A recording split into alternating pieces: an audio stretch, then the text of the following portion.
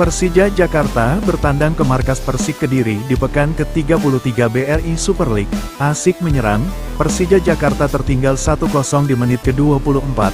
Jose Hendrique bawa Persik Kediri unggul 1-0. Namun Rehan Hanan bawa Persija menyamakan kedudukan menjadi 1-1 di menit ke-26. Hingga memasuki menit ke-45 babak kedua skor masih imbang 1-1.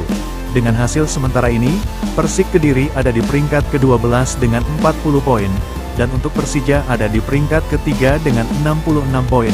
Masih ada babak kedua yang belum dimainkan. Untuk info skor akhir babak kedua, admin akan sampaikan di thumbnail video ini.